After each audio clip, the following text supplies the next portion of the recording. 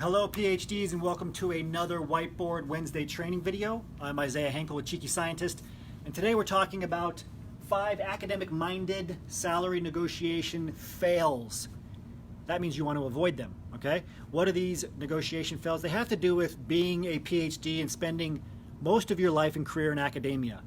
Since that is the case for many of you listening, and it was certainly the case for me, you start to be anchored very low in terms of what you're worth, especially when it comes to money. And you need to shake off that mindset and have a successful industry mindset if you want to negotiate a salary at the level that other PhDs are getting in an industry. In fact, I've seen a lot of PhDs, myself included, accept positions that are paying below what somebody with a bachelor's would make, paying below what somebody with a master's will make, simply because they didn't negotiate. A Harvard Business Review study showed that in some cases, depending on the segment of the population you're looking at, less than 90% less than 10%, right? Over 90% will not negotiate. Women, for example, according to that Harvard Business Review, only 7% of women negotiate their salaries. For men, it's 30 to 40 to 50%, depending on which study you look at. For different segments, it can be a lot lower. You need to negotiate. The biggest fear for PhDs, the biggest reason they don't negotiate is because they forget what they're worth. They're paid a very low graduate student stipend. They're paid a very low amount compared to what they're worth in industry for their postdoc.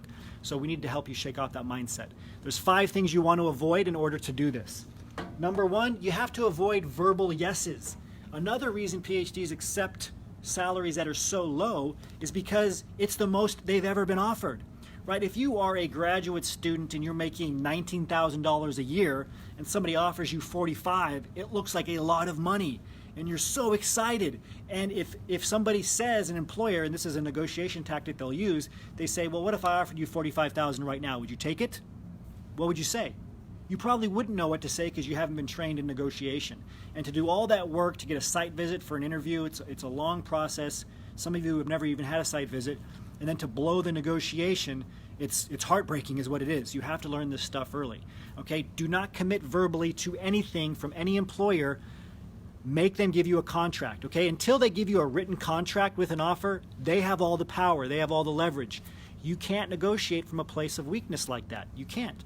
You have to wait till they give you a contract. And there's a lot of ways to say this very gently, right? It's called punting. You punt it back to them. You talk about how excited you are to work for them. Talk about your lack of experience in industry. This can be used to your advantage. In negotiation, playing dumb is smart, okay? I have no idea, what is normally offered at this company or in this industry, or just say, I've been a graduate student, I've been in academia my whole life. You would know better here what to offer than I would. Just keep gently bringing it back to them and getting them to give you an actual offer on paper. Do not make any verbal commitments. Don't do that. Big mistake. Number 2, conflict fear. Now, in some cases, PhDs have zero fear of conflict, right? If they see something wrong in terms of the data, they speak out, right? They see something wrong happening logically, they speak out right away. But when it comes to negotiation in business, it's a field they're very uncomfortable with, right? Outside their comfort zone, they're afraid of conflict. They get an offer and they're so terrified the offer is going to be taken back from them that they don't negotiate. This is why it's very important to go after more than one job lead at a time. If you have multiple offers at the same time, you're in a much stronger position because options are levers. They're leverage in a negotiation. In fact, if you get an offer from one company, you should go back to every other company you've interviewed with or have even been talking to, tell them you have an offer, but that you want to hear an offer from them first before making a decision. Don't be afraid of conflict. In fact, there's a study just came out showing that 90% of employers, more than 90%, have never retracted an offer because the candidate negotiated. Never. In fact, you're more likely to do yourself damage by not negotiating because the employer is going to look at you and think they made a mistake. They're going to think this person doesn't know what they're doing. They accepted the offer right away. They can't even talk to me as a colleague on a high level business topic like negotiation. They don't know how to make a deal. They're going to have major concerns if you don't negotiate. Okay, that's where the real problem lies, not from negotiating. So don't fear it. 3, uber aggression. Okay, at the same time, PhDs, right, can be overly aggressive, especially when they learn the negotiation tactics. They can get very competitive. It's okay to be competitive as a PhD. That's good. It can drive you forward. It's what probably keeps you in the lab 18 hours a day. However, you don't want to be too aggressive. You want to make sure it's win-win. You don't want to go for blood. You want to do everything you can to make sure your salary is as high as possible. You're getting benefits, you're getting the bonuses, etc., which I'll talk about in a second. But you don't want to make them feel like you've really taken advantage of them. You don't want to make them feel like you're going after every small little thing all the way to the end. In other words, you want to make it win-win. How do you do this? It's called selling to the close. What this means is that you always come back to talking about your skills and how excited you are to work for the company throughout the entire negotiation process. Okay, always be positive, always keep it light. If they start getting annoyed, back off a little bit. Okay, keep it light, come back to the skills, everything you're going to bring to the company, the value you're adding.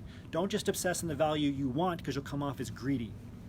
Number 4, muddy the waters, okay? Muddying the waters is something that employers will use against you. You'll start to negotiate salary and they'll say, well, we can't increase the salary, but we can give you a big signing bonus, right? Big being like $10,000, even $20,000. And you might think, wow, $20,000 cash, that's great. However, bonuses are taxed at a higher level than your salary is. Not only that, but it's a drop in the bucket compared to your salary over time, right? If you negotiate $20,000 higher in salary, right, that's going to put you at a much better salary trajectory for your overall career.